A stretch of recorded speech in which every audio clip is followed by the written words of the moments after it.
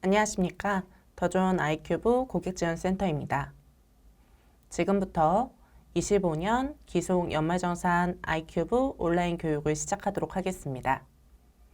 먼저 교육 진행 순서를 안내 드리겠습니다.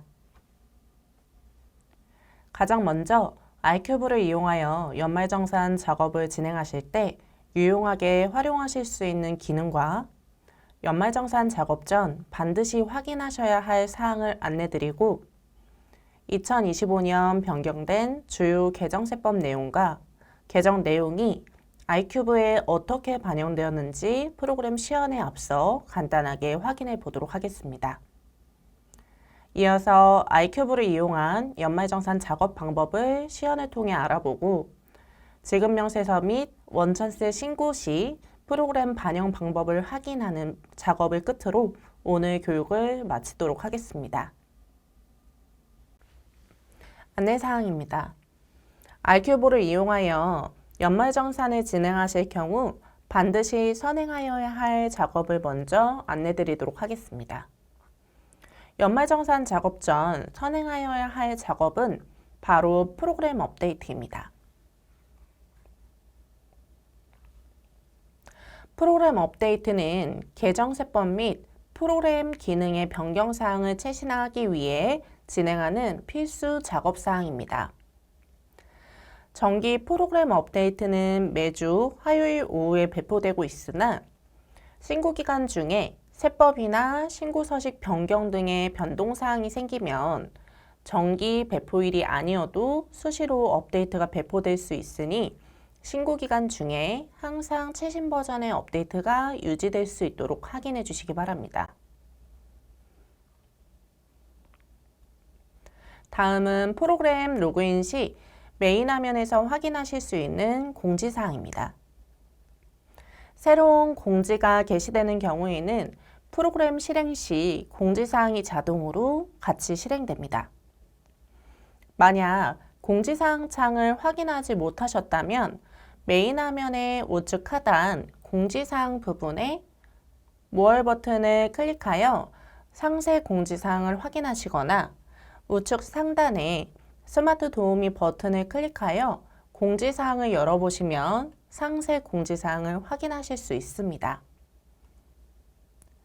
공지사항은 매월 주요 일정과 신고기간에 필요한 자료를 모아 한눈에 확인하실 수 있고 업데이트 공지 부분을 통해 업데이트 내역을 볼 수 있습니다. 그리고 아이큐브 메인 화면에 문의하세요 부분의 버튼을 클릭하시면 온라인 고객센터 웹페이지를 통해 프로그램을 문의하실 수 있는 DX 온라인 고객센터 화면으로 연결됩니다.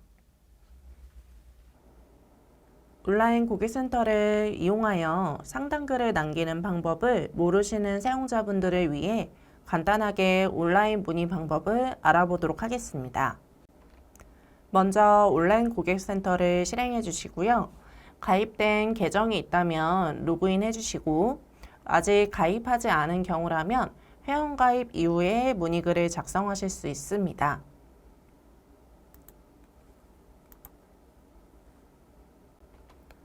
온라인 상담글은 나의 상담 툴바 하단에 상담 등록을 이용하여 작성하실 수 있습니다. 상담글을 작성하실 때 문의 내용 부분에서 제품 구분, 문의 유형, 상담 분류를 선택해 주시고 문의 제목과 문의 내용을 작성하실 수 있는데요. 이때 문의하고 싶은 메뉴명과 내용을 상세하게 기재해 주시고 함께 화면 스크린샷을 첨부해 주시면 더욱 빠른 답변을 받아보실 수 있습니다.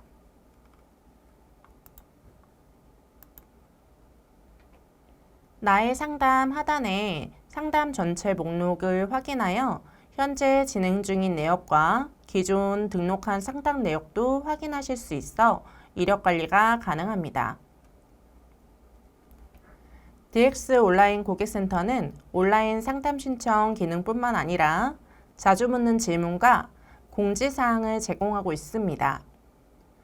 해당 기능을 통해서 아이큐브 활용 방법과 필요 자료를 제공하고 있으니 많은 이용 부탁드립니다. 오늘 교육 시 참고하실 수 있는 교재는 본 영상 더보기란에 교육 교재 다운로드 링크를 이용하여 받으셔서 활용하실 수 있고 DX 온라인 고객센터 공지사항 하단 자료실에서도 교재 다운로드가 가능하니 참고해 주시기 바랍니다. 이어서 안내드릴 유용한 정보는 아이큐브 관련 영상을 확인하실 수 있는 유튜브 채널입니다. 저희 아이큐브 고객센터는 아마란스10 채널을 통해 아이큐브에 변경되는 기능 또는 유용한 활용 방법에 대해 제공하고 있습니다. 본 영상과 아이큐브 연말정산 관련 영상들도 많이 게시되어 있으니 연말정산 작업 시 많은 활용 부탁드리겠습니다. 마지막으로 안내드릴 사항은 직접 화면을 통해 안내드리도록 하겠습니다. 마지막 안내사항은 바로 아이큐브 상담 챗봇 서비스입니다. 연말정산 기간은 1년 중 특히나 가장 많은 문의가 집중되는 시기라 문의가 어려워 사용자분들께서 문의사항을 해소하지 못하여 불편함을 느끼실 것 같습니다. 상담 챗봇 서비스는 사용자분들께서 더욱 편리하고 빠르게 연말정산 및 부가세, 원천세 신고 시 실시간으로 궁금증을 해결하실 수 있습니다. 상담 챗봇 서비스는 아이큐브 화면 상단 상담 챗봇 아이콘을 이용하여 실행하실 수 있습니다. 단, 상담 챗봇은 반드시 연말정산 자료 입력 또는 원천징수 이행사항 신고서 또는 부가세 신고서 중 사용자 권한이 부여되어 있어야 하며 DX 온라인 고객센터에 더 좋은 AI 챗봇 서비스 이용 약관을 동의해 주셔야 이용이 가능하기 때문에 메뉴 권한이 없거나 약관 동의를 하지 않으신 경우라면 상담 챗봇이 어려운 점을 참고해 주시기 바랍니다. 실행 시 DX 온라인 고객센터 로그인이 필요하여 DX 온라인 고객센터에 로그인 되어 있지 않다면 사업자 번호에 맞춰 가입된 계정이 조회되며 계정을 선택하여 로그인을 진행하여 상담 챗봇을 이용하실 수 있습니다.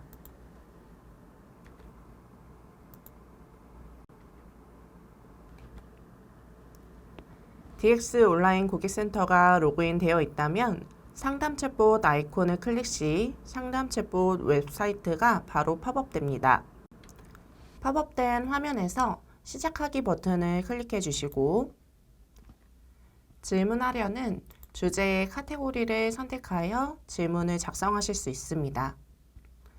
이때 카테고리는 지금 사용하는 사용자의 권한에 맞춰서만 조회되니 이 부분을 참고해 주시기 바랍니다.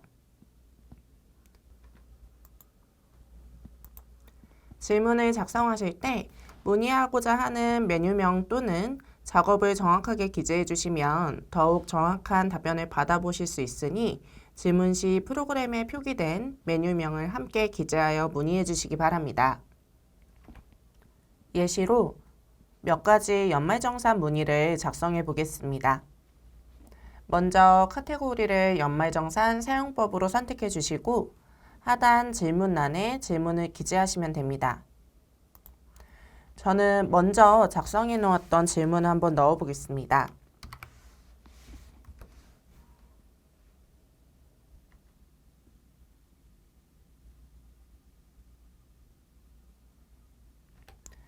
중소기업 취업 감면과 관련되어 있는 질문을 한번 넣어봤는데요. 이와 같이 답변에 따라 정산자료 입력에서 감면 내역을 추가로 적용하는 방법을 안내받을 수 있는 것을 확인하실 수 있습니다. 이렇게 상담 챗봇 화면에서 직접 질문을 입력하실 수도 있고 연말정산이나 부가세 신고를 진행하실 때 마감 시 오류가 발생한다면 마감 오류 리스트 화면에서 바로 마감 오류를 챗봇 질문으로 반영하여 문의할 수도 있습니다.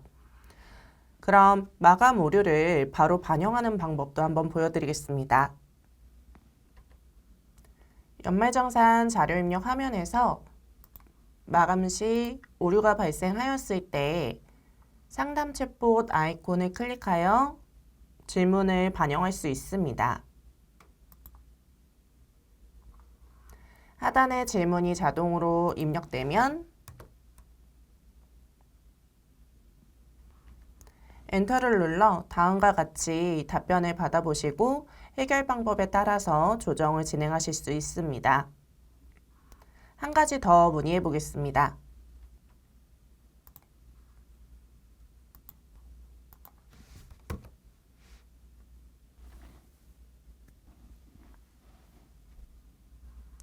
이렇게 의료비와 관련되어 있는 마감 오류에 대해서도 해결 방법을 확인하실 수 있습니다. 이와 관련하여 추가로 이어서 질문을 원하신다면 이어 질문하기를 눌러서 관련된 질문을 추가로 기재하실 수도 있습니다. 상담 챗봇은 질문에 따라 바로 답변을 받아보고 해결하실 수 있는 기능으로 작년에도 많은 분들이 유용하게 활용하여 업무 처리에 도움을 받으셨습니다. 원천세 챗봇과 부가세 챗봇은 항시 사용하실 수 있고 연말정산 챗봇은 26년 1월 15일에 오픈 예정이니 올해도 많은 활용 부탁드리겠습니다. 이제 2025년 변경된 개정세법 사항과 아이큐브 적용 사항을 알아보도록 하겠습니다. 교재 페이지는 화면 우측 상단에 표기되어 있습니다. 해당 페이지를 참고하여 들어주시기 바랍니다. 먼저 종업원 할인 금액에 대한 근로소득 비과세 기준 마련 항목을 보도록 하겠습니다. 해당 항목은 올해 신설된 항목인데요. 종업원 등에 속하는 사람이 회사의 재화 또는 용역에 대해 시가보다 할인받아 공급받은 경우라면 할인받은 금액을 비과세로 적용할 수 있습니다. 비과세 한도는 연간 구입한 모든 재화, 용역의 시가를 합한 금액의 20%에 해당하는 금액과 240만 원 중에 더 큰 금액을 기준으로 적용합니다. 프로그램에서도 비과세로 적용할 수 있도록 W01 비과세 코드를 제공하고 있습니다. 다만 연간 구입 금액에 따라서 비과세 한도가 다르게 적용될 수 있는 항목이라 상용직 급여 입력 메뉴에서 비과세 코드를 이용하여 할인 금액을 반영하셨다면 비과세 한도 적용은 연말정산 자료 입력 메뉴에서 작업하실 때 비과세 부분에서 다시 한번 한도에 맞춰 금액을 조정하셔야 한다는 점을 참고해 주시기 바랍니다. 다음 항목은 출산 및 양육 부담을 완화하기 위한 취지로 자녀세 공제 금액이 확대되었다는 내용입니다.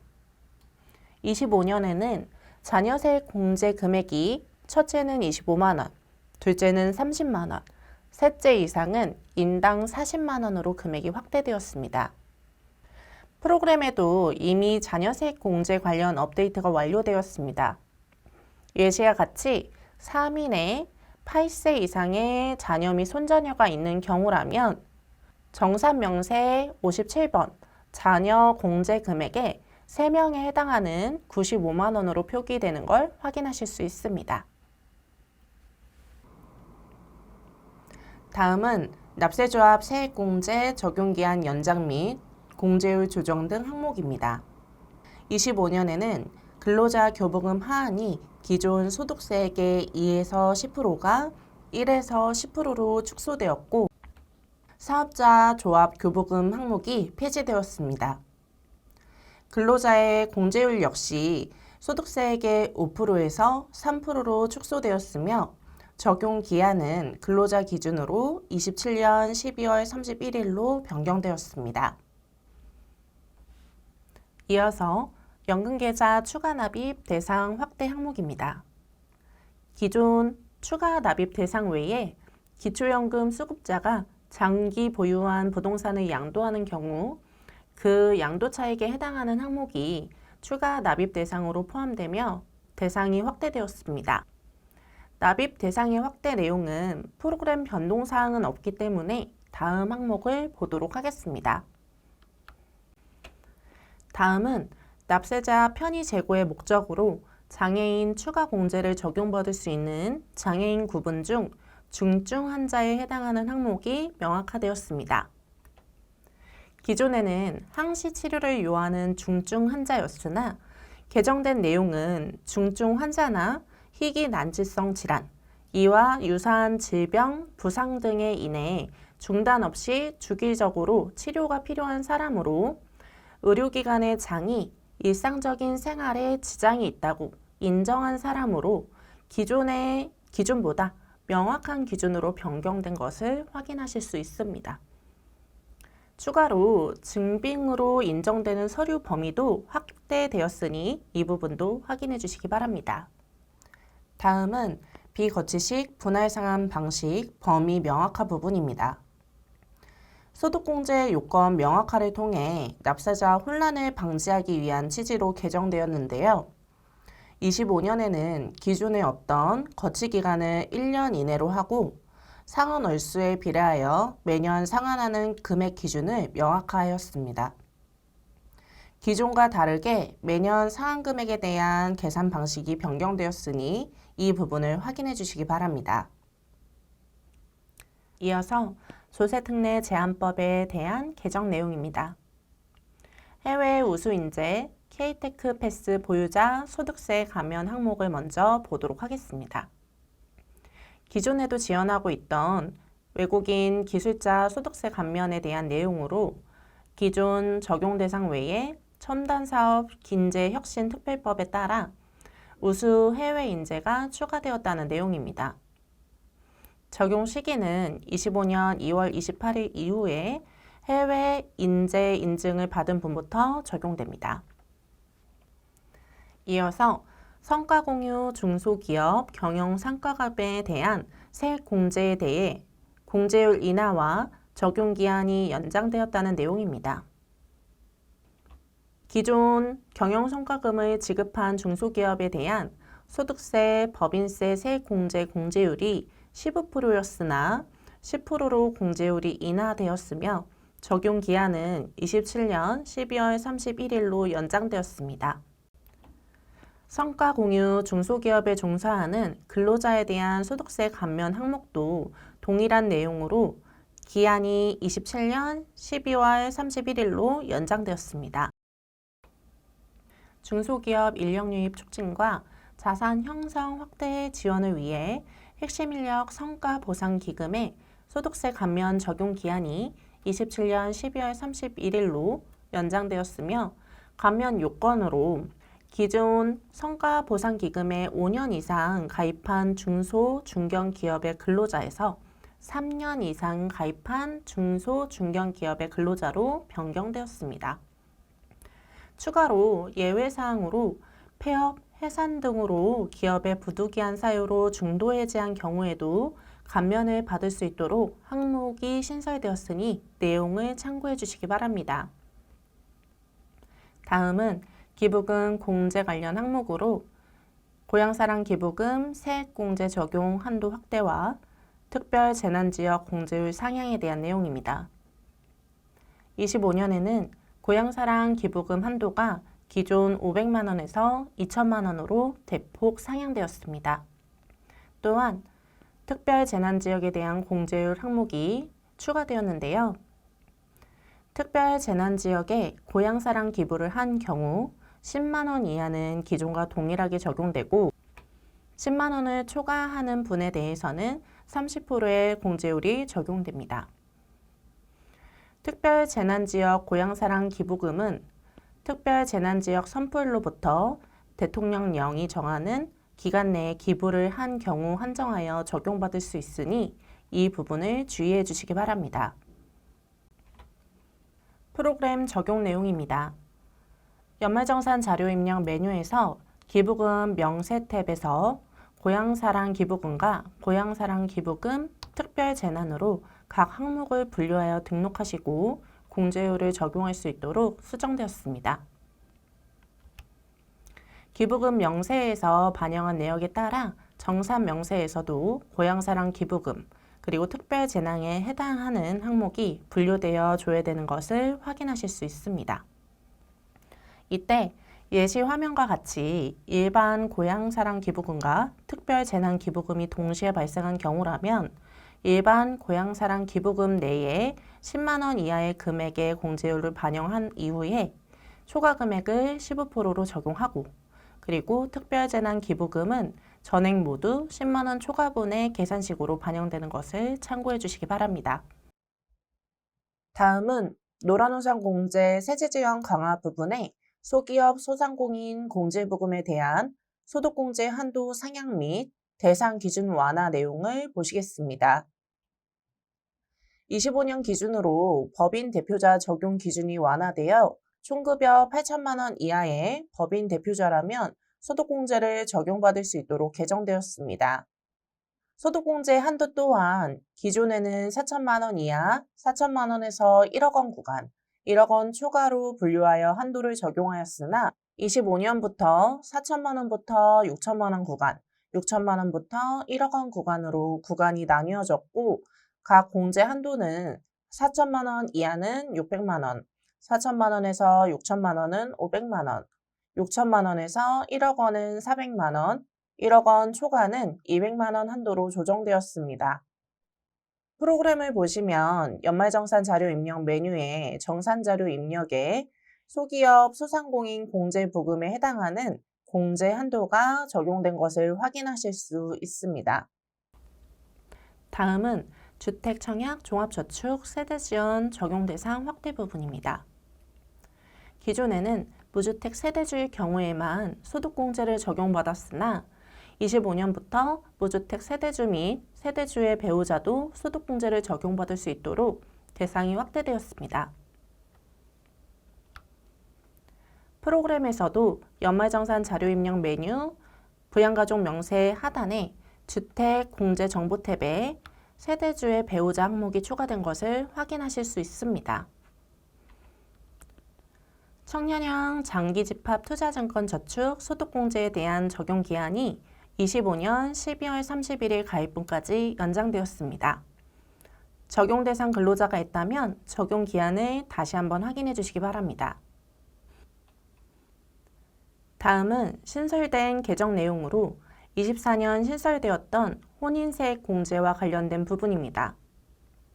근로자가 혼인세 공제를 적용받았으나 이후에 혼인 무효가 확정된 경우라면 적용해야 하는 가산세와 이자 상당액 산출 방법에 대한 내용입니다. 상세 내용은 교재 내용을 참고해 주시기 바랍니다. 마지막으로 안내드릴 개정세법 내용입니다. 신용카드 소득공제 부분에 수영장, 체력 단련장 이용료가 추가 공제 항목으로 적용되었습니다. 기존에 문화비에 해당하는 항목에 수영장, 체력 단련장 이용료 부분이 추가된 것인데요. 해당 항목의 적용 시기는 25년 1월이 아닌 7월 1일 이후로 사용한 이용료 분부터 적용되니 적용 시기를 체크해 주셔야 합니다. 다음 내용은 수영장, 체력 단련장에 해당하는 시설과 금액 기준 내용입니다. 해당 부분은 교재 25페이지에 대상 시설 및 금액 계산 기준을 확인해 주시기 바랍니다. 프로그램에도 신용카드 등 추가 공제 항목이 반영될 수 있도록 업데이트 되었으며 연말정산 자료 입력 메뉴의 부양가족 명세 하단에 공제 항목별 명세 탭에서 신용카드 등 금액을 입력하실 때 문화체육 사용분 부분에 입력하실 수 있습니다. 공제 항목별 명세에서 입력한 신용카드 등 내용은 정산자료 입력에 신용카드 등 사용 금액에서 확인하실 수 있습니다. 자세한 작업 방법은 잠시 후 프로그램 시연을 통해서 안내드리도록 하겠습니다. 다음은 아이큐브 연말정산 작업 방법입니다. 근로소득 연말정산의 세액계산 흐름에 대해 먼저 살펴보겠습니다. 해당 내용은 교재 27페이지부터 33페이지를 참고하시면 항목별로 보다 자세한 내용을 함께 확인하실 수 있습니다. 연말정산을 진행하기 위해서는 먼저 총급여가 확정되어야 합니다. 총급여란 근로자가 1년 동안 지급받은 연간 근로소득에서 비과세 소득을 제외한 금액입니다. 이렇게 총급여가 확정되면 해당 금액에서 근로소득 공제를 차감하여 그 결과로 근로소득 금액을 계산합니다. 이 근로소득 금액에서 다시 각종 소득공제 항목을 차감하게 됩니다. 소득공제는 정해진 순서에 따라 적용되며 그 순서는 인적공제, 특별소득공제, 그 밖의 소득공제, 연금보험료 공제 순입니다. 이 과정에서 한 가지 참고하실 사항이 있습니다. 연금보험료 공제는 공제 순서상 가장 후순위에 해당하기 때문에 앞선 소득공제 단계에서 이미 공제가 모두 적용된 경우라면 연금보험료 공제 금액이 계산에 반영되지 않을 수 있습니다. 각 소득공제에 해당하는 구체적인 항목은 자료의 우측에 정리된 상세 내역을 참고해 주시면 되겠습니다. 다음으로 특별소득공제와 그 밖의 소득공제 항목 중에 소득공제 종합한도 적용 대상 공제금액의 합계가 2,500만 원을 초과하는 경우라면 그 초과한 금액을 과세표준에 가산하여 계산하게 됩니다. 반대로 종합한도를 초과하지 않은 경우라면 표에 제시된 순서에 따라 소득공제를 적용하고 소득공제 종합한도 초과액에 대한 별도의 조정 없이 계산이 이루어집니다. 이와 같은 과정을 거쳐 계산된 과세표준에 정해진 기본 세율을 적용하면 산출세액이 계산됩니다. 이후 산출세액에서 세액 감면과 세액 공제 항목을 차감하게 되며 각 항목의 세부 내용은 우측 자료를 참고해 주시기 바랍니다. 세액공제의 경우에도 연금계좌 세액공제 부분이 후순위로 적용된다는 점을 함께 기억해 주시면 연말정산 내역을 검토하실 때 도움이 되실 겁니다.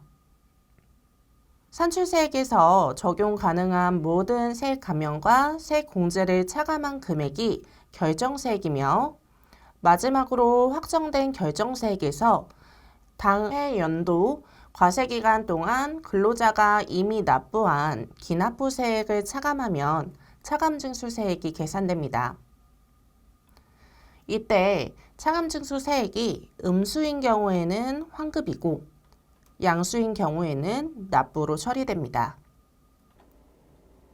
이제 아이큐브를 이용하여 연말정산 작업을 진행할 수 있는 방법에 대해 알아보도록 하겠습니다. 아이큐브를 이용하여 연말정산 작업하는 방법은 화면에 표기된 세 가지 방법과 수기 작성 방법이 있습니다. 가장 많이 사용하는 방법은 간소화 PDF를 업로드하는 방식인 국세청 연말정산 간소화 입력, 공제신고서 PDF를 업로드하는 방식인 편리한 연말정산이 있고 유상 서비스로 제공하고 있는 스마트 연말정산 방법이 있습니다. 국세청 간소화 입력과 편리한 연말정산은 프로그램 시연 시 안내해 드리도록 하겠습니다. 스마트 연말정산 기능은 근로자 본인이 연말정산 데이터를 직접 웹에 업로드 및 입력을 진행하고 인사 담당자는 웹 수신 기능을 통해서 근로자의 연말정산 데이터를 반영하며 추가 검토하여 연말정산 작업을 마무리하는 형식의 아이큐브 프로그램 유상 서비스입니다. 연말정산 작업 방법 중에 실무에 적합한 방법을 선택하여 진행하시면 됩니다. 그럼 이제 아이큐브 프로그램을 이용하여 연말정산 작업을 진행해 보도록 하겠습니다. 먼저 연말정산 사전 작업부터 살펴보겠습니다.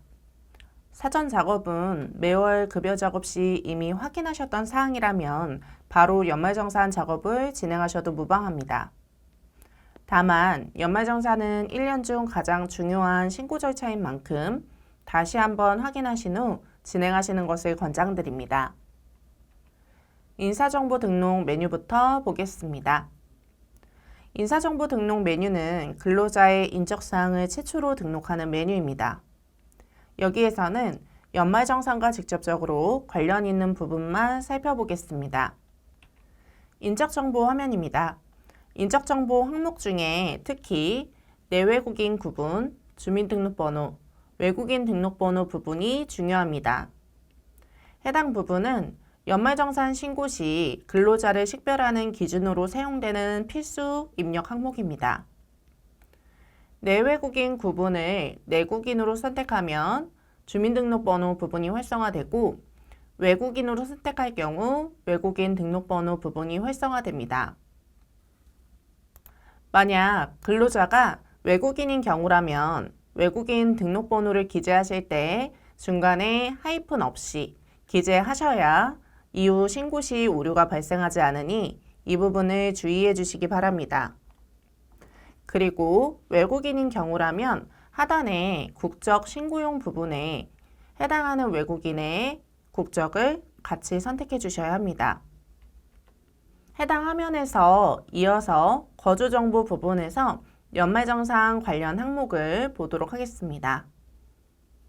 세대주 여부 부분은 뒤에서 설명드릴 연말정산 자료 입력 메뉴에서 다시 한번 안내드리겠습니다. 장애인 구분은 근로자 본인의 장애 여부를 선택하는 항목입니다. 장애인복지법, 국가유공자 등 중증환자 중에서 해당하는 항목을 선택하면 선택 내용이 연말정산 시 추가 공제에 반영이 됩니다. 이어서 거주자 구분을 보도록 하겠습니다. 거주자 구분은 주로 외국인 근로자에게 적용되는 항목으로 거주자 구분에 따라서 선택하시면 됩니다. 근로자를 비거주자로 선택하는 경우에는 반드시 거주지구 코드를 같이 설정해 주셔야 합니다. 비거주자의 경우에는 인적공제 중에 본인 외에 부양가족에 대한 공제와 특별소득공제, 특별세액공제 부분을 적용받을 수 없습니다. 따라서 특별세액공제 항목인 표준세액공제 역시도 적용되지 않습니다. 간혹 실제로는 거주자인데 비거주자로 잘못 설정되어 있는 경우가 있는데 연말정산 시 부양가족에 대한 인적공제가 적용되지 않는다면 거주자 구분이 올바르게 설정되어 있는지를 다시 한번 확인해 주시기 바랍니다. 다음은 급여정보 화면에서 비과세 및 감면 설정 등 급여와 관련되어 있는 부분을 살펴보겠습니다. 국외 소득이 있는 근로자의 경우에는 국외 근로소득 부분을 해당으로 선택합니다. 다음은 생산직 총급여 항목입니다. 이 항목은 생산직 근로자의 야간 근로수당 비과세를 설정하기 위한 항목입니다. 생산직 야간 근로수당 비과세는 직전 과세기간 총급여가 3천만 원 이하여야 하고 각 월에 월정 금액이 210만 원 이하인 근로자에 대해 연장 야간 근로수당에 연 240만 원 한도로 비과세를 적용할 수 있습니다. 다음은 외국인 단위세율 부분인데요. 외국인 단위세율 부분은 근로자가 외국인의 경우에만 활성화되고 외국인 근로자가 19%의 단위세율 분리과세를 적용받는 경우 선택합니다. 이어서 감면 유형 부분인데요. 감면 유형 부분은 중소기업 취업자 감면 항목 부분을 기재할 수 있습니다. 조세특례 제한법에 따라 중소기업 취업자 감면 대상자인 경우라면 해당 감면 코드를 선택하고 감면 기간을 입력합니다. 이때 중소기업 취업자 구분에 따라서 T12번 또는 T13번 코드를 적용하게 됩니다. 다음은 인사기록 카드 메뉴입니다. 인사기록 카드 메뉴는 가족 탭에서 확인하시면 됩니다. 가족 탭은 근로자 본인을 제외한 부양가족 정보를 관리하는 메뉴로 부양가족 정보를 직접 입력하거나 우측 상단에 부양가족 반영 툴바를 이용하여 전년도 연말정산 데이터를 반영할 수 있습니다. 가족 부분의 관계 코드는 관리용으로 사용되는 코드이며 연말정산에 실제 반영되는 코드는 부양관계 코드이기 때문에 부양관계를 정확하게 설정해 주셔야 인적공제가 적용됩니다. 주민등록번호를 기입하실 때는 하이픈 없이 기입하시면 되며 만약 하이픈 없이 등록하셨음에도 붉은색으로 표기되는 경우라면 2020년 10월 이후에 부여받은 주민등록번호가 아닌지 확인해 주시기 바랍니다. 2020년 10월 이후 부여된 주민등록번호는 D7자리가 임의로 부여되어 유효성 검사를 할 수 없기 때문에 붉은색으로 표시되더라도 하이픈 없이 정확하게 기재하셨다면 그대로 진행하셔도 문제 없습니다. 부양 여부는 나이 또는 소득 요건에 충족하는 기본공제 대상자인 경우에 체크합니다. 부양 여부를 체크하면 연말정산 부분이 함께 자동으로 체크됩니다. 기본공제 대상자는 아니지만 의료비, 세액공제 등 연말정산 시 소득세 공제가 가능한 경우라면 연말정산 항목을 체크해 주시면 됩니다. 이어서 근로소득 원천징수부를 보도록 하겠습니다.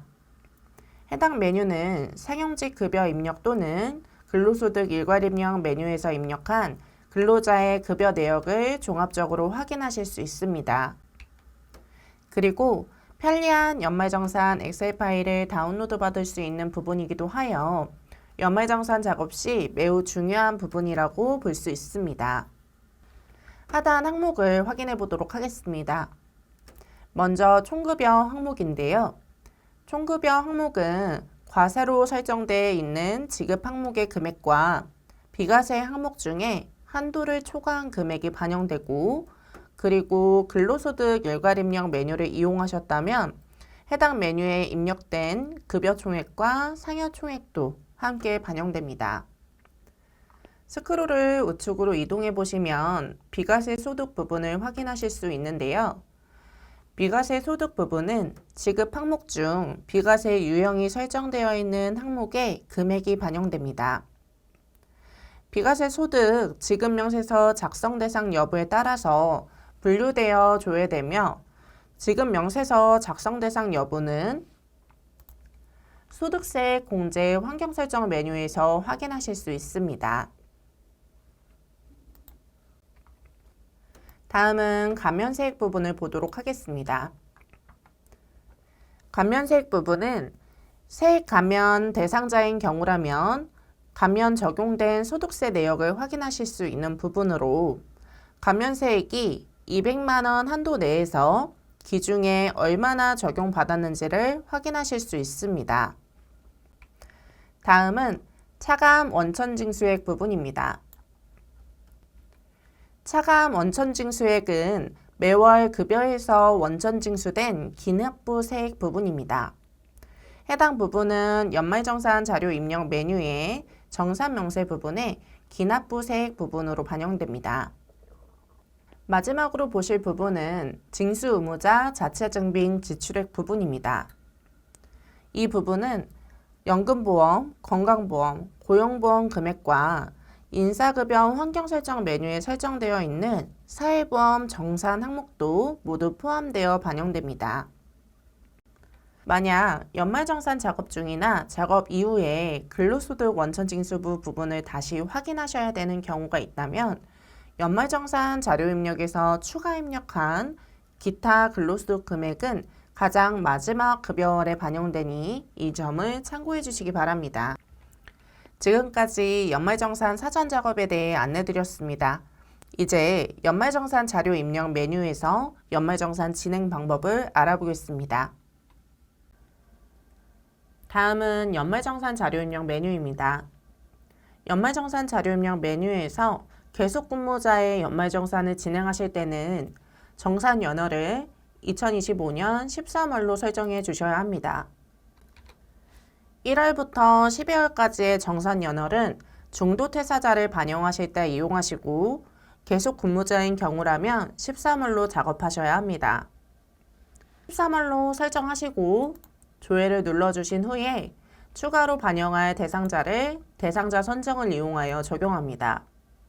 이때 반영해야 할 사원이 조회되지 않는 경우라면 먼저 인사정보 등록 부분에서 퇴직일이 반영되진 않았는지를 확인해 주시거나 연말정산 자료 입력상에 중도정산자 검색 툴바를 이용하여 다른 정산 연월에 반영되어 있지 않은지를 확인하셔야 합니다.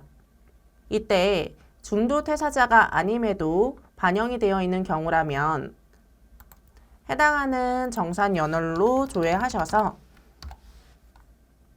대상자를 삭제하고 다시 13월로 반영을 해주셔야 합니다.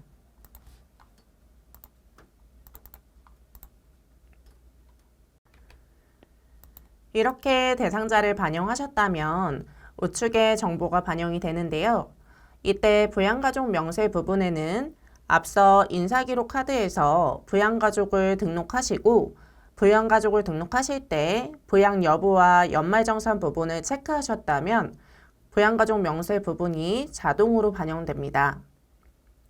만약 연말정산 자료 입력에서 대상자를 먼저 반영하신 이후에 인사기록 카드에서 부양가족 정보를 수정하셨거나 또는 추가하셨다면 해당하는 사원을 선택하시고 새로 고침 버튼을 클릭하여 부양가족을 다시 반영하실 수 있습니다. 새로 고침 버튼에서는 근로자 본인의 정보가 잘못 조회되는 경우에도 본인의 조직 정보, 본인의 인적 정보를 체크하여 다시 적용하실 수 있습니다. 이제 연말정산 대상자의 공제받을 금액을 입력하셔야 하는데요. 직접 입력하시는 것도 가능하지만 앞서 안내드렸던 연말정산 데이터 반영 방법이 있었죠. 이 중 가장 많이 이용하시는 연말정산 간소화 PDF 또는 편리한 연말정산 PDF를 이용하여 업로드하는 방법에 대해 알아보도록 하겠습니다. 먼저 편리한 연말정산 간편 제출 방법입니다. 편리한 연말정산의 경우 공제신고서 PDF, 즉 간편 PDF로 적용하는 방법인데요. 간편 PDF를 업로드하기 위해서는 먼저 인사 담당자께서 홈택스에 근로자의 기초자료를 등록해 주셔야 합니다. 기초자료는 근로소득 원천징수부 우측 상단에 편리한 연말정산 엑셀 툴바를 이용하여 자료를 받으실 수 있습니다. 인사 담당자가 근로자 정보를 등록하였다면 근로자는 홈택스 사이트에 편리한 연말정산 페이지에서 공제신고서를 작성합니다. 공제신고서를 작성하시고 PDF를 다운로드 받는데 이때 받은 PDF 자료는 다음과 같이 소득세 공제신고서라고 표기되어 있습니다. 해당 파일을 인사 담당자에게 전달해 주시고 인사 담당자 분께서는 연말정산 자료 입력 메뉴에 해당 파일을 업로드하여 데이터를 반영하시면 됩니다. 다음 국세청 연말정산 간소화 입력 방법입니다. 국세청 연말정산 간소화 입력은 연말정산 간소화 PDF를 업로드하는 방식인데요. 간소화 PDF는 홈택스의 연말정산 간소화 페이지에서 소득세의 공제 자료를 조회하여 내려받을 수 있습니다.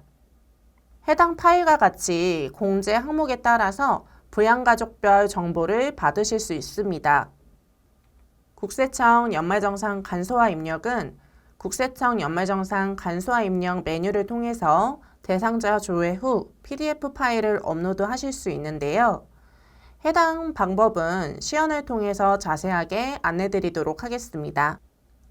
연말정산 데이터 반영 방법에 대한 자세한 작성 방법은 연말정산 자료 입력 메뉴 상단에 작업 방법 안내 부분에서 확인하실 수 있습니다. 시연을 통해 국세청 PDF 업로드를 진행해 보도록 하겠습니다. 편리한 연말정산 간편 제출 업로드 방식은 앞서 슬라이드에서 안내드렸던 바와 같이 연말정산 자료 입력 화면에서 편리한 연말정산 간편 제출 툴바를 이용하시거나 간편 PDF 부분의 찾기 버튼을 이용하여 공제신고서 PDF를 업로드 하실 수 있습니다. 국세청 연말정산 간소화 입력의 경우에는 국세청 연말정산 간소화 입력 메뉴에서 진행을 해주셔야 하며 정산 연도는 2025년으로 설정하시고 조회를 눌러주신 후에 하단에 대상자를 반영하시거나 우측 상단의 대상자 선정 툴바를 이용하여 대상자를 반영하실 수 있습니다.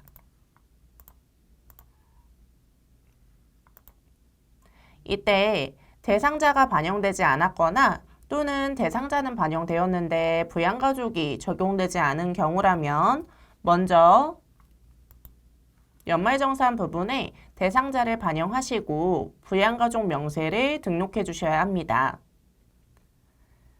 만약 연말정산 자료 입력에서 대상자는 먼저 반영을 하셨는데 부양가족을 등록하지 않은 상태로 국세청 연말정산 간소화 입력에 대상자를 반영하셨다면 연말정산 자료 입력에서 부양가족 명세를 작성하신 이후에 국세청 연말정산 간소화 입력으로 오셔서 대상자를 체크해서 정보갱신을 눌러주시면 부양가족 명세를 다시 불러올 수 있습니다. PDF 자료는 우측 상단에 있는 국세청 PDF 일괄 버튼을 이용해서 여러 사원의 PDF 자료를 일괄적으로 업로드 하실 수도 있고 해당 사원 옆에 있는 간소화 찾기 버튼을 이용하여 각각 한 사원에 대한 자료를 업로드 하실 수도 있습니다.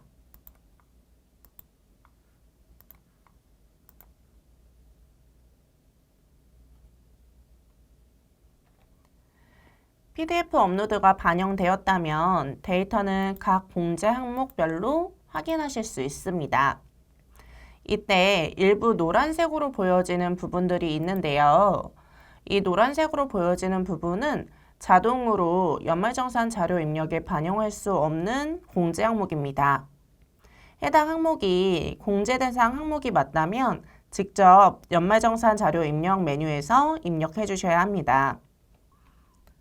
여기서 장기주택 저당 차입금 이자 상환액에 노란색으로 보여지는 해당 항목을 한번 확인해 보도록 하겠습니다. PDF 자료를 보시면 지금 노란색으로 표기되었던 부분을 확인하셨을 때 차입금, 고정금리 차입금, 비거치식 상환 차입금, 당해형 원금 상환액 부분에 금액이 기재되어 있지 않아 항목이 어떻게 분류해야 할지를 결정할 수 없는 사항입니다. 이런 경우에 프로그램에서 한도에 맞춰 반영을 할 수 없기 때문에 노란색으로 보여진다는 점을 확인해 주시면 될 것 같습니다. 자료 확인이 모두 끝났다면 해당하는 사원을 선택하고 우측 상단에 자료 전송 버튼을 이용하여 자료를 전송하시면 됩니다.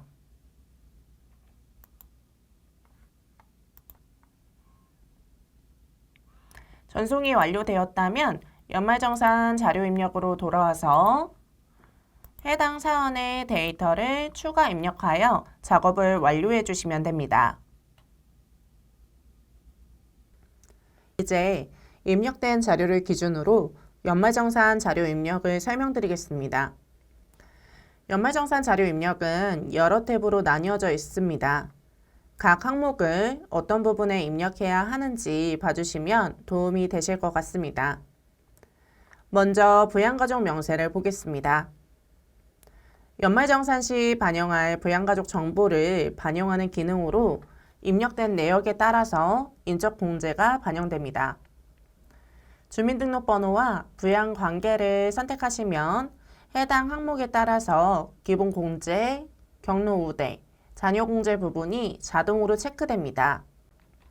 다만 프로그램은 소득 요건을 판단할 수 없으니 기본 공제 대상자로 해당되지 않는다면 기본 공제 체크를 해제해 주시기 바랍니다. 장애인 체크란은 장애인 구분 부분을 선택하시면 자동으로 반영됩니다. 출산, 입양의 경우 25년에 출산을 하였거나 입양 신고를 한 공제 대상 자녀가 있다면 새 공제를 적용받을 수 있습니다. 대상 자녀가 있을 경우 첫째, 둘째, 셋째 이상 중에 해당하는 값을 직접 선택하시면 됩니다. 하단의 인적공제 부분을 보시면 기본 공제와 추가세액 공제로 부양가족 수가 반영되는 것을 확인할 수 있습니다. 여기서 부녀자 공제 부분을 보도록 하겠습니다. 부녀자 공제는 여성 근로자인 경우에 공제 가능한 항목으로 주민등록번호 기준으로 여성의 경우에만 선택이 가능합니다.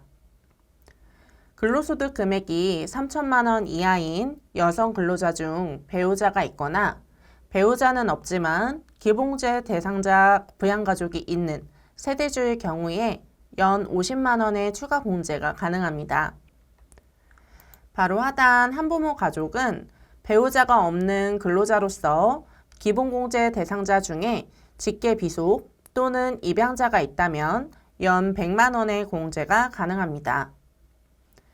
부녀자 공제와 한부모 가족 공제는 중복 공제를 받을 수 없기 때문에 유리한 공제를 선택하여 반영하시기 바랍니다.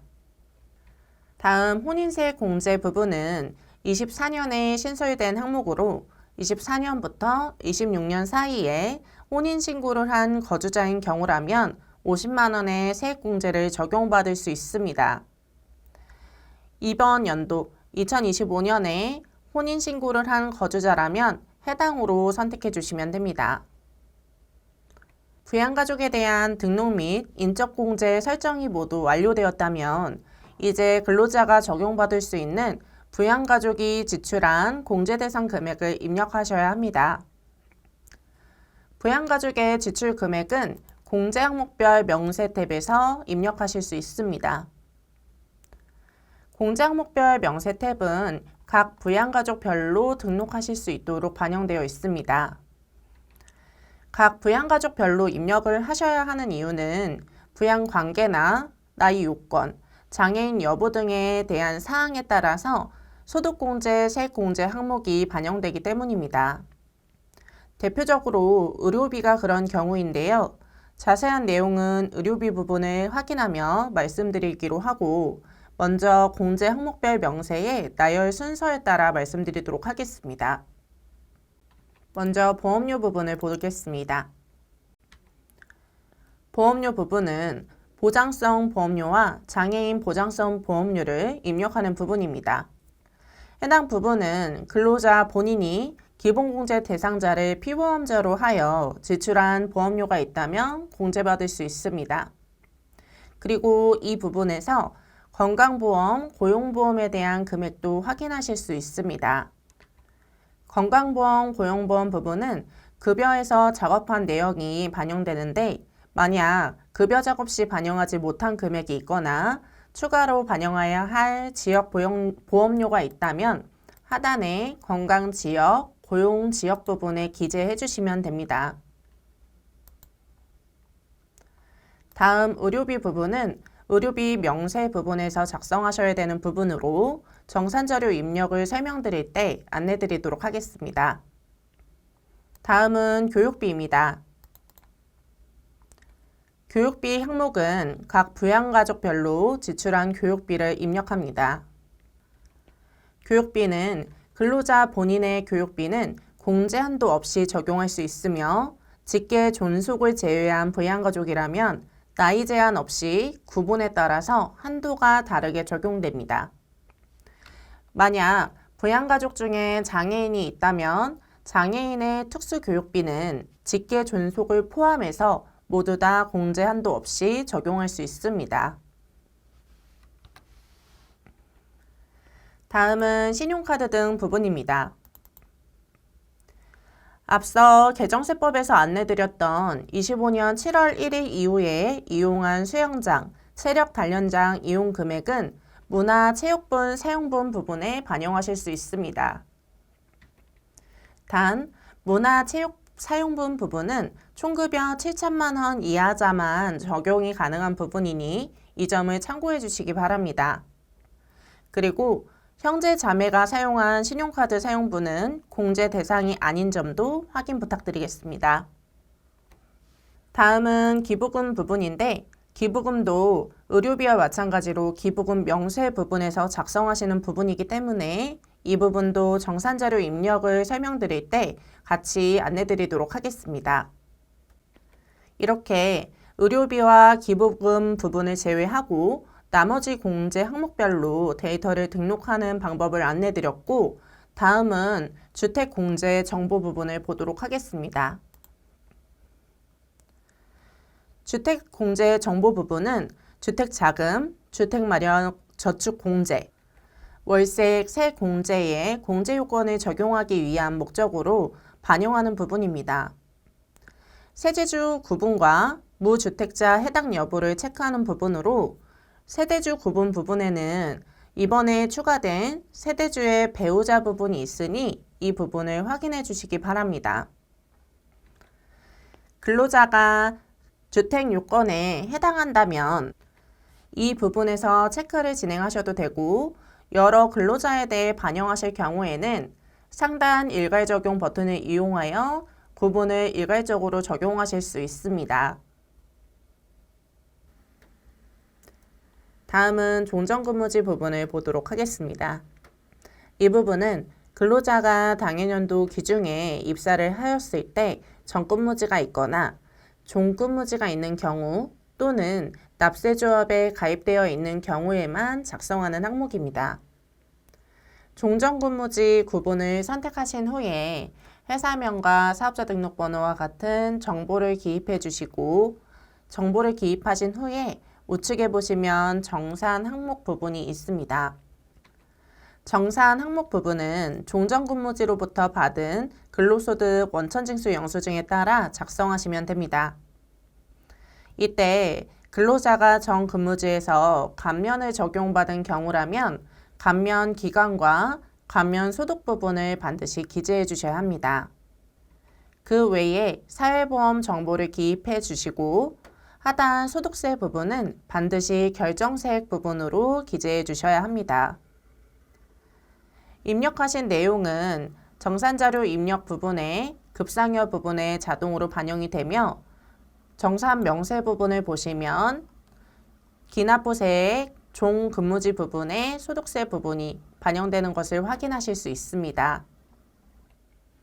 정산자료 입력을 보도록 하겠습니다. 정산자료 입력 화면은 앞서 설명드렸던 공제 항목별 명세에서 작성했던 금액과 종전근무지 탭에 입력된 정산 항목이 반영되는 부분이며, 연말정산의 본작업과 최종 마무리를 하는 기능이기도 합니다. 정산자료 입력을 정확하게 작성하시고 검토해 주셔야 신고 마감 시 오류가 발생하지 않습니다. 순서에 따라서 확인해 보도록 하겠습니다. 먼저 소득명세 부분입니다. 소득명세 부분은 1년간 근로자에게 지급한 급여 내역이 반영되는 부분으로, 추가로 기타 근로소득과 인정상여 등의 항목을 등록하실 수도 있습니다. 가장 상단의 급상여 부분은 총급여에 해당하는 금액을 사용직 급여 입력이나 근로소득 일괄 입력 메뉴에서 급여 내역으로 반영한 부분들이 불러와집니다. 만약 연말정산 반영 이후에 급여 변동사항이 발생하였다면 대상자를 선택하시고 새로 고침을 눌러 근로소득을 다시 적용하실 수 있습니다. 활성화되어 있는 기타 근로소득부터 직무발명 보상금 부분까지는 직접 입력이 가능한 부분으로, 급여 지급 시 누락된 부분이 있거나 또는 추가로 등록하거나 조정하셔야 되는 부분이 있다면 더블클릭하여 작성하실 수 있습니다. 다음은 비과세 및 감면소득 부분입니다. 기본적으로는 급여 데이터를 불러와서 반영하고 있는데요. 화면에서 보시면 기지급으로 보여지는 부분이 급여에서 반영한 데이터입니다. 그 외에도 급여 작업 시 누락한 비과세 코드를 추가로 등록하실 수도 있는 부분입니다. 해당 부분은 지급명세서 제출 대상 비과세 부분만 적용하실 수 있고, 적용하실 때는 코드를 반영하신 이후에 과세 전환 또는 추가 입력 부분에 금액을 기재하시면 됩니다. 급여 작업 시 비과세를 아예 누락하신 경우라면 지금 보육수당과 같이 추가 입력으로 기재하실 수 있으며 만약 급상여에 과세로 처리를 한 경우라면 추가 입력이 아니라 과세 전환 부분에서 마이너스로 금액을 기재하시면 됩니다. 이렇게 금액을 기재하실 경우에 급상여 부분에서 해당하는 금액이 조정되는 걸 확인하실 수 있습니다.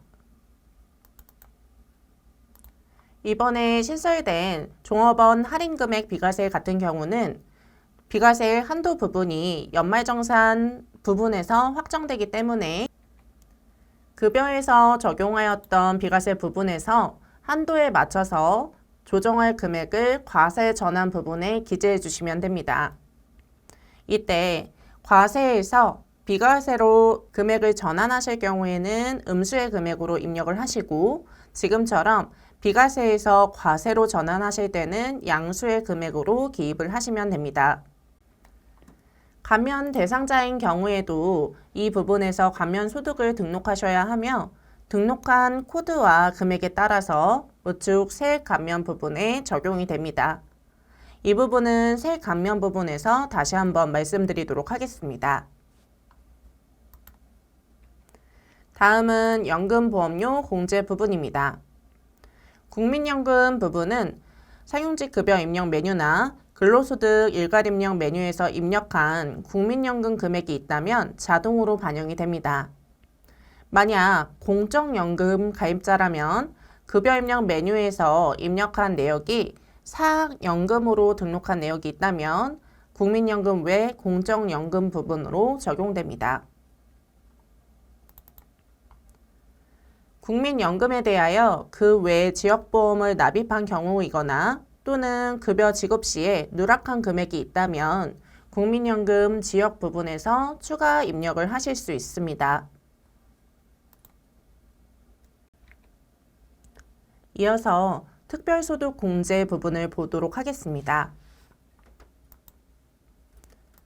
특별소득 공제 부분의 가장 첫 번째 보험료 부분은 앞서 안내드렸던 공제 항목별 명세의 작성 내역이 반영됩니다. 다음 주택 차입금과 관련된 부분을 보도록 하겠습니다.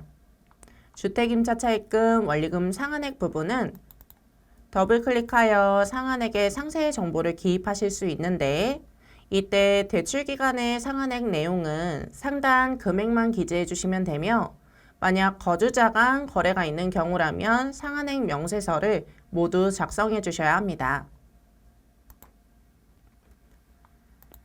장기주택 저당 차입금 이자 상한액 부분을 보시면 해당 항목은 항목명과 구분에 따라서 한도가 다르게 적용되기 때문에 각각의 항목에 맞춰 금액을 기재해 주셔야 합니다. 해당 두 개의 주택자금과 함께 보셔야 되는 항목이 있는데 바로 주택마련저축 납입액 부분입니다. 주택마련저축 공제액은 주택마련저축 공제 납입 금액의 40%를 공제받을 수 있는 부분으로 하단에 있는 참고사항을 참고하셔서 기재해 주시기 바랍니다. 이 부분에서 주의해서 보셔야 되는 부분이 있는데요. 바로 한도 부분입니다. 주택자금은 주택임차 차입금 원리금 상환액과 주택마련저축 납입액 그리고 장기주택 저당 차입금 이자 상환액 부분을 합산하여 종합 한도를 가져가고 있습니다. 그렇기 때문에 주택임차 차입금 원리금 상환액과 주택마련저축만 있을 경우에는 연 400만 원 한도를 함께 반영을 하고 만약 장기주택 저당 차입금 이자 상환액이 있다면 어떤 항목인지에 따라서 연 한도가 달라지기 때문에 해당 한도를 반드시 체크해 주시기 바랍니다.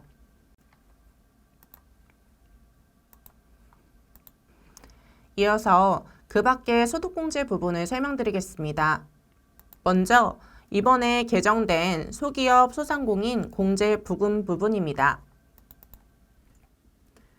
화면에서 보시는 바와 같이 해당 부분은 공제 한도가 변동이 있으니 반드시 확인해 주시기 바랍니다.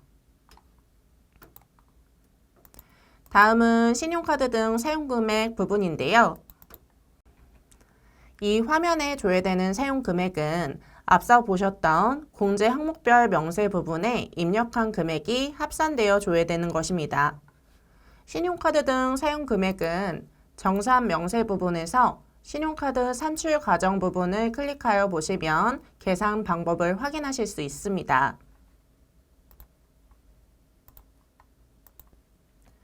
다음으로 안내드릴 부분은 장기집합 투자증권 저축 부분입니다. 해당 부분에서는 장기집합 투자증권 저축과 청년형 장기집합 투자증권 저축 두 가지를 선택하여 기입하실 수 있는데요. 연 600만 원 이내에 적립식 저축을 가입하였다면 납입 금액의 40%까지의 금액을 240만 원 한도로 공제받을 수 있습니다. 여기서 청년형 장기집합 투자증권 저축의 경우에는 가입일과 계약 기간을 넣어주셔야 하는데요. 이때 계약 기간은 3년 이상 4년 이하의 계열수로 기재를 해주셔야 합니다. 예를 들어 3년인 경우에 36개월, 4년인 경우라면 48개월로 계약 기간을 기재합니다. 장기집합 투자증권 저축 부분은 직전 과세 기간에 대한 총급여가 자동으로 반영되지 않는 항목이기 때문에 반드시 직전 과세 기간의 총급여를 확인하셔서 공제 요건에 맞춰서 직접 작성해 주시기 바랍니다. 다음은 세액 감면 부분을 보도록 하겠습니다. 세액 감면 부분은 외국인 근로자 세액 감면 부분을 제외한 나머지 세액 감면 부분은 좀 전에 설명드렸던 감면소득 부분에서 기입을 하시면 자동으로 반영되는 형식으로 되어 있습니다. 외국인 근로자 세액 감면의 경우 해당하는 화면에서 감면 세액을 기재해 주시면 됩니다. 각 항목별로 확인을 해보면 중소기업 성과공유 등 세액 감면은 각 부분에 따라서 감면 급여를 입력하셨을 때 감면 세율을 적용받으실 수 있는데 이때 각 부분은 하단에서 보시면 감면 소득 코드가 각각으로 다르게 분류되어 있기 때문에 이 부분을 참고하여 감면 소득을 기재해 주시기 바랍니다. 다음 내국인 우수인력 국내 복귀 세액 감면 부분도 마찬가지로 감면 코드 T50번을 이용하여 감면 소득을 기재해 주시면 자동으로 감면 세액이 반영됩니다. 세액 감면 중 가장 많은 분들이 문의하시는 중소기업 취업자 세액 감면을 한번 보도록 하겠습니다. 중소기업 취업자 세액 감면은 T12번은 70%, T13번은 90%의 세액 감면율로 적용되는데요. 해당하는 부분은 감면 소득 부분에서 급여에서 이미 적용을 하셨다면 기지급 급여 종전 부분에 반영이 되어 있는 걸 확인하실 수 있고 만약 일부만 적용되었고 추가 적용이 필요한 경우라면 추가 입력 부분에 금액을 기재하실 수도 있습니다. 이렇게 감면 소득을 반영하셨거나 변경하셨다면 세액 감면 부분에서 세액 계산을 반드시 다시 한번 눌러서 적용해 주셔야 합니다. 다음 이어서 세액 공제 부분을 보도록 하겠습니다. 세액 공제 부분에 가장 첫 번째로 보여지는 연금계좌 불이백 부분을 한번 보시면 이 부분은 5개의 구분에 따라서 연금계좌 불이백을 입력할 수 있도록 분류되어 있습니다. 각 구분은 하단의 안내사항을 따라서 입력해 주시길 바랍니다. 이 부분에서 가장 중요한 내용은 바로 4번 부분인데요. 앞서서 설명드렸던 것과 같이 연금계좌 불이백 부분은 타 공제보다 가장 후순위로 반영되는 부분이기 때문에 해당 부분이 이미 전 단계에서 공제가 모두 완료되었다면 금액을 기재하셨더라도 연금계좌에 대해서 세액공제가 반영되지 않을 수 있다는 점을 다시 한번 확인해 주시기 바랍니다. 다음은 보장성 보험료 납입액 부분인데 이 부분도 앞서 설명드렸던 공제 항목별 명세에서 기재하셨던 부분이 자동으로 반영됩니다. 하단에 보이는 교육비 지출액 부분도 마찬가지입니다. 앞서 공제 항목별 명세에서 설명드리지 못했던 의료비 지출액 부분을 보도록 하겠습니다. 의료비 지출액의 경우 의료비 지급 명세 부분을 작성하셔야 자동으로 정산자료 입력에 반영됩니다. 의료비 세액 공제는 의료비 사용 금액이 총급여의 3% 이상일 경우 공제를 적용받을 수 있으며 본인, 6세 이하, 65세 이상자, 장애인은 공제 한도가 없이 적용될 수 있으며 그 외의 부양가족은 연 700만 원의 한도로 적용이 되고 있습니다. 그리고 건강보험 산정 특례자이거나 난임 시술, 미수가 선천성 이상자인 경우에도 의료비 공제 한도 대상에서 제외됩니다. 작성하실 때 부양가족을 코드도움하여 선택하시고 지급처 부분을 선택하고 지급처가 만약 국세청자인 경우라면 사업자 등록번호나 상호 부분은 생략하셔도 문제없습니다. 지급 명세의 구분 부분은 의료비 항목에 맞게 일반, 안경 구입비, 산후조리원 중에 선택하여 금액을 입력합니다. 일반 의료비인 경우에 건강보험 산정 특례자, 난임 시술비, 미수가 선천성 이상자에 해당하는 경우라면 해당 부분을 체크해 주셔야 합니다. 시력 교정용 안경 구입비는 1인당 연 50만 원의 한도가 적용되며 산후조리원의 비용은 출산 1회당 200만 원의 한도가 별도로 적용됩니다. 의료비를 입력하실 때 주의하셔야 되는 사항이 있는데요. 바로 실손의료보험금 부분입니다. 아이큐브 화면 하단에 안내되어 있는 바와 같이 실손의료보험금은 의료비 세액공제를 적용받을 수 없는 부분입니다.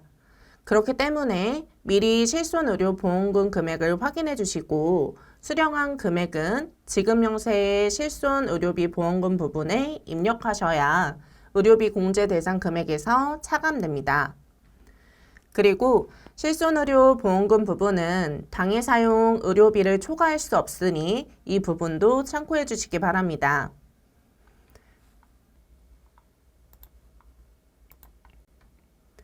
다음으로 월세세액 공제 지출액 부분을 보도록 하겠습니다. 월세세액 공제 지출액 부분은 무주택 세대주이면서 총급여 8천만 원 이하의 근로자의 경우 기준 시가 4억 이하의 주택의 월세액을 공제받을 수 있는데요. 만약 세대주가 주택 관련 공제를 적용받지 않았다면 세대원도 공제가 가능합니다. 월세 세액공제 부분을 직접 입력하시는 경우라면 임대인 성명과 주민등록번호 부분을 반드시 기입해 주셔야 하는데요. 이때 주민등록번호 부분에 주민등록번호 또는 사업자 등록번호를 기입하실 때 반드시 하이픈 없이 작성해 주셔야 합니다. 다음은 기부금 내역입니다. 기부금 상단에 있는 표준세액 부분은 잠시 후에 설명드리도록 하겠습니다. 기부금 내역 부분은 기부금 명세 부분을 작성하셔야 반영되는 부분인데요. 먼저 상단 부분에 당해년도에 지출하셨던 기부금 내역을 입력하셔야 합니다. 의료비 지급 명세서 작성하셨던 것과 같이 전체 부양가족의 기부금 내역을 각각 한 라인씩 입력해 주시면 됩니다.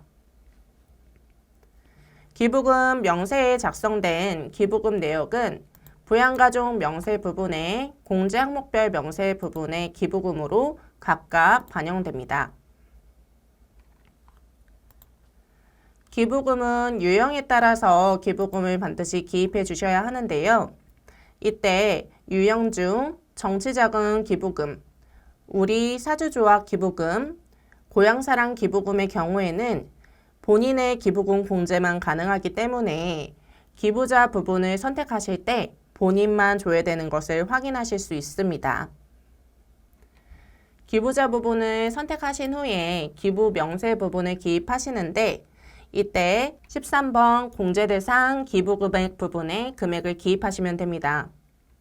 만약 기부 장려 단체에 기부 장려금으로 신청한 금액이 있다면 14번 기부 장려금 신청 금액 부분에 입력해 주시면 됩니다. 입력하신 당해년도 금액은 하단의 코드별 기부금 합계 부분에 반영되는 걸 확인하실 수 있습니다. 기부금 조정명세 부분은 전년도에도 아이큐브를 이용하여 연말정산을 진행한 근로자라면 기부금 조정명세 반영 버튼을 이용해서 상단에 있는 당해년도 기부금과 전년도 기부금을 반영할 수 있습니다.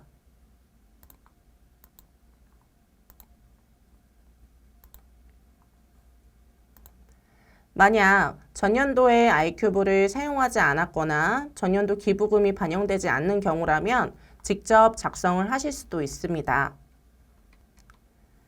반영된 기부금은 기부금 공제 순서에 따라서 적용되는데요.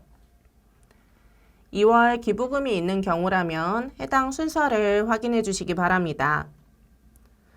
화면에 조회되는 순서에 따라서 공제 처리가 계산되며 정치자금 기부금, 우리사주 조합 기부금, 고향사랑 기부금을 제외한 기부금은 기부 연도부터 10년간 이월하여 공제 처리가 가능합니다. 기부금을 모두 반영하셨다면 공제금액 계산을 클릭하여 금액을 계산하실 수 있는데 이때 기부금 부분을 적용하기 전에 주의하셔야 되는 점이 있습니다.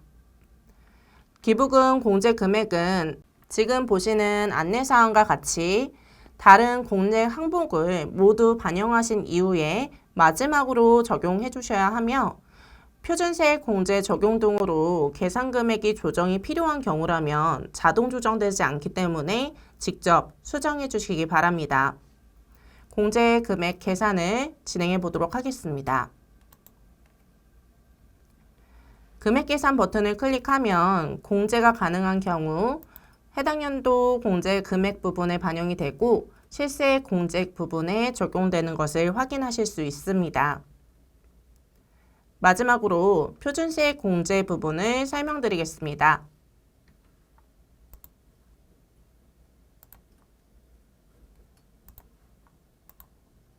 연말정산을 진행하시다 보면 지금처럼 표준세액 공제 부분이 표기된 사원을 보실 수 있을 겁니다.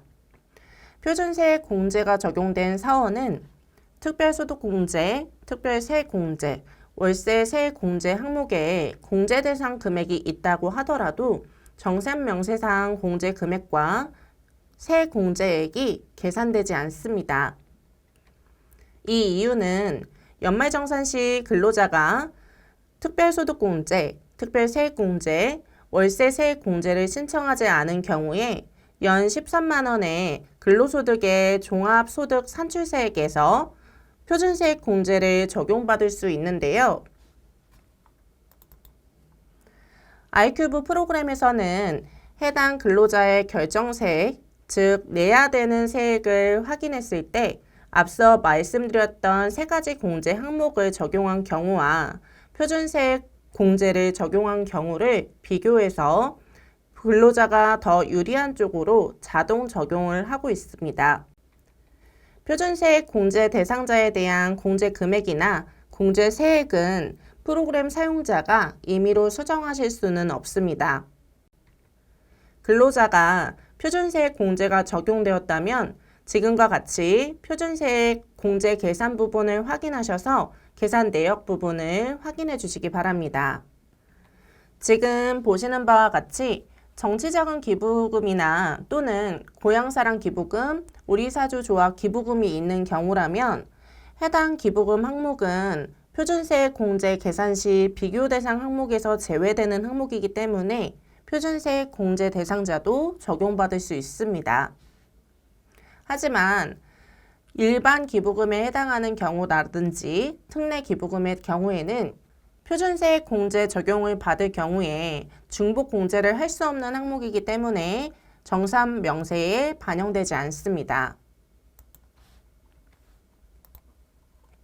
정산 명세 부분을 보시면 고향사랑 기부금에 대한 공제 세액은 반영되었지만 일반 기부금, 종교단체 부분은 반영되지 않은 걸 확인하실 수 있습니다. 이렇게 표준공제가 반영된 경우에 기부금 명세 부분에서 공제금액 계산을 반영하시면 종교단체 기부금에 대한 부분도 해당 연도 공제 금액과 실세일 공제로 자동 계산이 되는데요. 이 상태로 그대로 마감을 진행하신다면 오류가 발생합니다. 그렇기 때문에 표준세액 공제를 적용받는 경우라면 일반 기부금의 경우 해당 공제 금액을 삭제해 주시고 실세액 공제액도 삭제하셔서 소멸 금액으로 기재해 주셔야 합니다.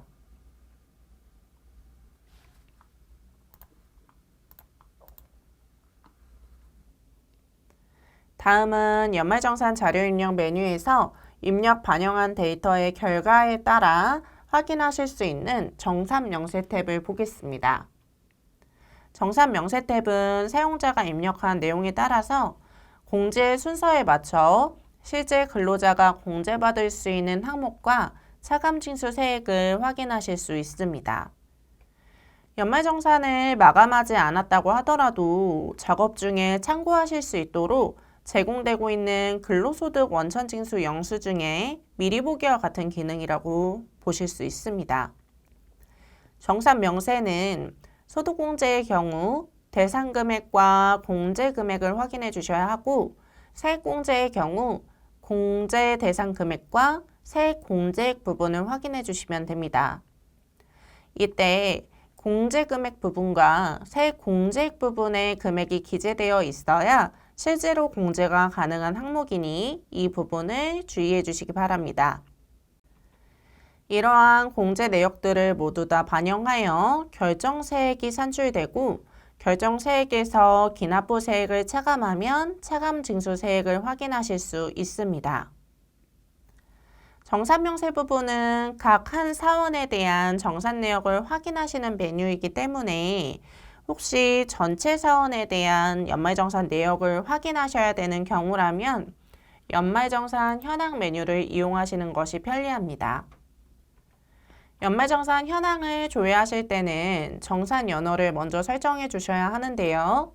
이때 계속 근로자만 조회하실 목적이라면 지금처럼 25년 13월 기준만 조회해 주시면 되고 당해년도 과세기간 중에 태산, 중도, 정산자도 함께 확인이 필요한 경우라면 25년 1월부터 13월로 선택하여 조회를 진행하시면 됩니다.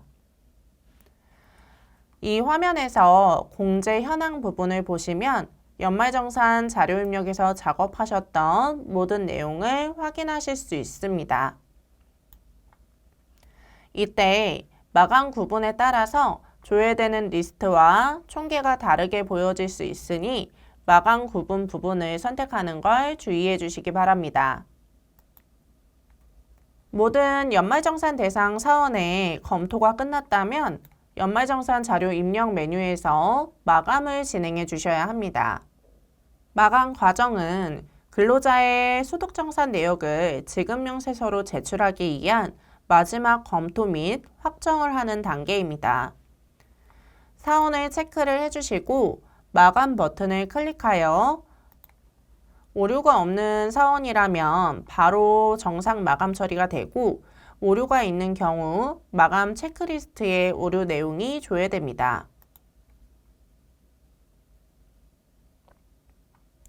지금처럼 정상적으로 마감이 된다면 해당하는 사원이 비활성화되어 보여지는 것을 확인하실 수 있습니다.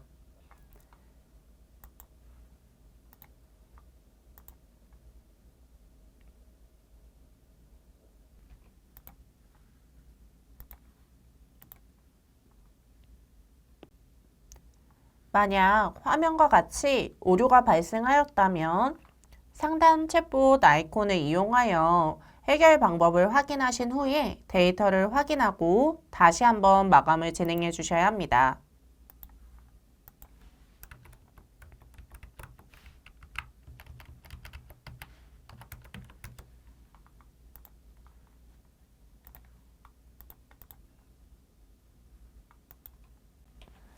만약 마감을 진행하는 중에 분납한 사원이 있는 경우라면 마감 진행 전에 해당하는 사원의 부양가족 명세 부분에서 분납 신청 여부를 신청으로 체크하신 이후에 마감을 진행해 주셔야 합니다. 만약 분납을 신청해야 되는 사원이 여러 명인 경우라면 여러 명을 체크하신 후에 일괄 적용 버튼을 눌러 분납 신청 여부를 신청으로 적용하실 수 있습니다.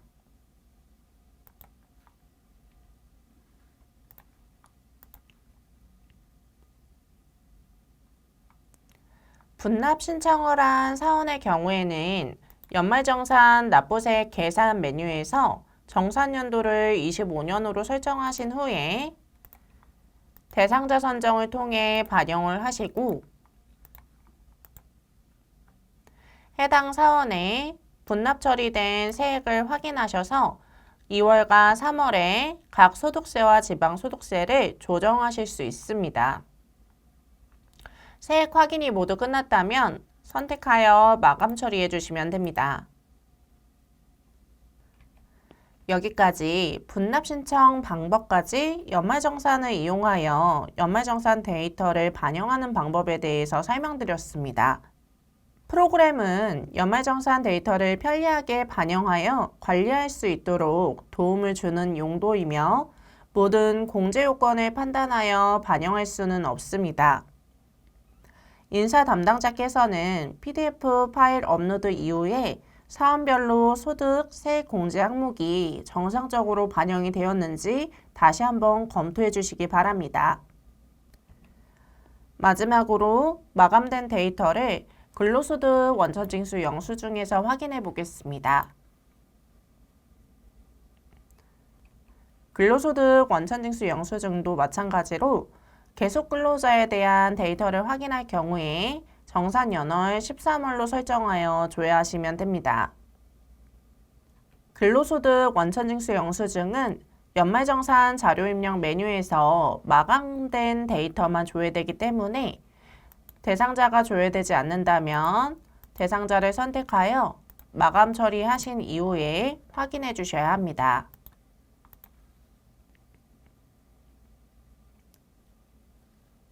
계속 근로자의 연말정산은 2월 말까지 작업을 진행하시고 근로자에게 원천징수 영수증을 배부해야 합니다.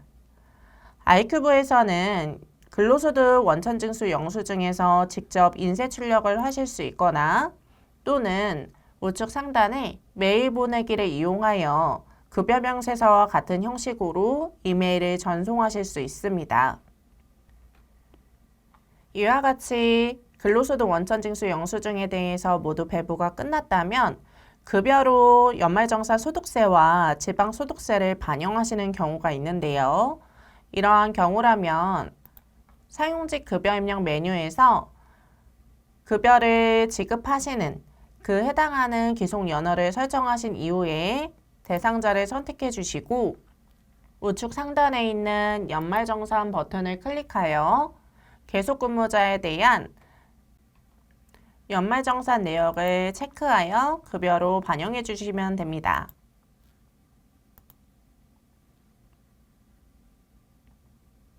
지금까지 근로소득 연말정산 방법에 대해서 알아보았고 슬라이드를 통해 사업소득 연말정산 방법을 알아본 뒤에 지급명세서와 원천세 신고 방법을 확인해 보도록 하겠습니다. 사업소득에서 연말정산 신고를 진행하셔야 하는 사용자분들을 위해 사업소득 연말정산 작업 방법을 안내드리겠습니다. 먼저 소득자 등록 거주자 사업소득 메뉴에서 소득자를 등록하실 때 연말정산을 진행하실 수 있는 업종은 보험 설계, 음료 배달, 방판, 외판, 그리고 방판 외판에 속하는 학습지 방문 강사, 교육 교구 방문 강사, 대여 제품 방문 점검원입니다. 해당 업종을 선택한 경우 연말정산 여부를 해당 또는 비해당으로 선택이 가능하며 연말정산을 진행한다면 해당으로 선택하고 연말정산에 필요한 부양가족 등 추가 정보를 기재하시면 됩니다. 소득자의 연간 소득을 모두 소득등록에서 등록하셨다면 사업소득 연말정산 메뉴를 이용하여 연말정산을 진행합니다. 사업소득 역시 정산연월은 25년 13월로 설정하신 후 조회하고 대상자 선정 후 추가 공제 항목을 적용하여 마감하시면 됩니다. 마지막으로 연말정산에 대한 지급명세서 및 원천세 신고 방법을 알아보겠습니다. 연말정산 신고 및 납부 기한과 지급명세서 제출과 관련하여 먼저 확인하겠습니다. 모두 알고 계시겠지만 근로소득 및 사업소득 연말정산은 기속연도 다음해 2월에 작업하여 3월 10일까지 지급명세서와 원천징수 이행상 신고서를 제출하고 있습니다. 월별 납부자 기준으로 26년 2월까지 연말정산 작업을 완료하시고 26년 3월 10일에 지급명세서 제출과 원천세 신고를 모두 진행합니다. 반기 납부자의 경우라면 연말정산 작업 기간과 지급명세서 제출 기한은 동일하지만 원천세 신고의 경우 26년 7월 10일까지 신고합니다. 단, 연말정산 환급 신청이 있는 경우라면 연말정산 차감징수 세액과 26년 1월부터 2월까지의 급여의 소득세를 합산한 금액으로 환급세액을 계산하여 26년 3월 10일까지 환급 신청 등 부표를 첨부하여 신고하여야 합니다. 각 소득의 제출 기한은 다음과 같습니다. 거주자 기타 소득, 이자 배당 소득, 비거주자 사업 기타 소득은 26년 3월 3일까지 제출합니다. 해당 소득의 제출 기한은 원래 2월 28일까지이나 26년 2월 28일은 휴일이기 때문에 3월 3일까지 제출 가능합니다. 앞서 설명드린 근로소득, 근로소득에 포함되어 있는 기부금, 의료비, 퇴직소득, 거주자 사업소득과 사업소득 연말정산분, 종교인 기타 소득자 연말정산은 26년 3월 10일까지 제출합니다. 각 소득의 제출 기한을 체크하셔서 놓치지 않도록 다시 한번 확인해 주시기 바랍니다. 이제 아이큐브에서 지급명세서를 생성하는 지급조서 전산매체 작업 방법을 안내드리겠습니다. 화면과 같이 상단의 기속연월과 소득 구분과 같은 조회 조건을 먼저 설정하신 후에 데이터를 조회하여 총 지급액과 결정세액을 확인하여 파일 제작 후에 제출하시면 됩니다. 기부금 명세서는 2017년 기속신고분부터 C 근로소득 부분을 제작하시면 함께 포함되기 때문에 별도로 제작하지 않으셔도 됩니다. 소득 구분별로 데이터가 집계되는 메뉴를 확인해 주시기 바랍니다. 조회한 데이터를 확인하실 때 소득자 수와 총 지급액이 일치하지 않는 경우가 발생한다면 교재 139페이지에 소득 구분별 집계 데이터 현황 메뉴를 참고하셔서 각 소득 구분별 데이터 및 마감 여부를 다시 한번 체크해 주시기 바랍니다. 소득 구분별 데이터가 모두 마감되어 있음에도 일치하지 않을 경우에는 지급조서 전산매체 우측 상단에 수기신고 툴바를 클릭하여 수기신고 대상자로 적용된 인원이 있는지 확인하시기 바랍니다. 잘못 선택하여 수기신고 대상자로 반영하였다면 수기신고자 리스트의 인원을 선택하여 삭제하시면 다시 전자제출 대상자로 적용할 수 있습니다. 데이터 조회 시 오류 검증 사용 여부를 체크하시면 파일 제작 전에 프로그램 내에 확인하실 수 있는 오류가 검증됩니다. 사유를 확인하여 오류 내용을 모두 수정하신 후에 파일 제작을 진행하시기 바랍니다. 파일 제작 버튼을 클릭하여 파일 작성 창을 입력하고 파일 저장 경로를 지정하여 파일을 생성합니다. 경로에 저장된 파일은 소득 구분별로 알파벳 플러스 사업자 번호로 생성됩니다.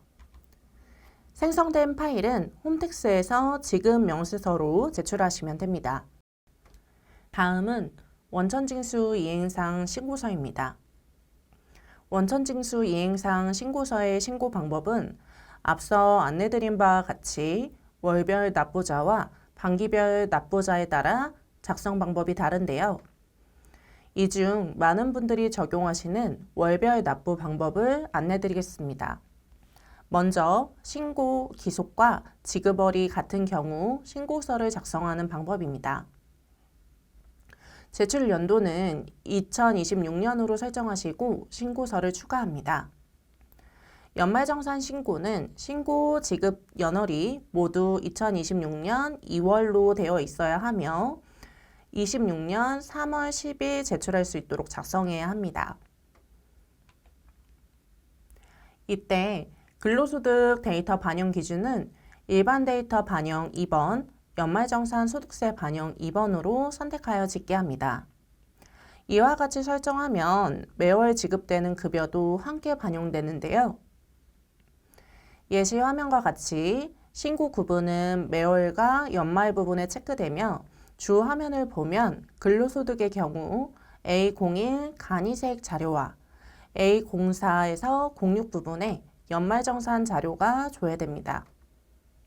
이때 분납금액이 있다면 2월에 해당하는 분납금액은 A06에 반영되며 A05에 조회되는 금액은 3월과 4월에 분납할 금액이 반영됩니다. 분납이 있는 경우 이 부분을 많이 헷갈려 하시는데요. A06이 당월에 납부할 금액이라고 생각하시면 되겠습니다. 다음은 급여를 2월에 지급하는 경우 연말정산 신고 방법입니다. 소득에 대한 지급을 2월에 적용하는 경우 1월 기속의 2월 지급과 같은 형식으로 신고를 진행하시는데요.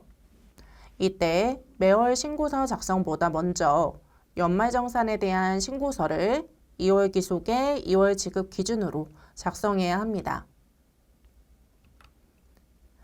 이때 근로소득 데이터 반영 기준을 일반 데이터 반영 3번, 연말정산 소득세 반영 2월분으로 선택하여 짓게 합니다.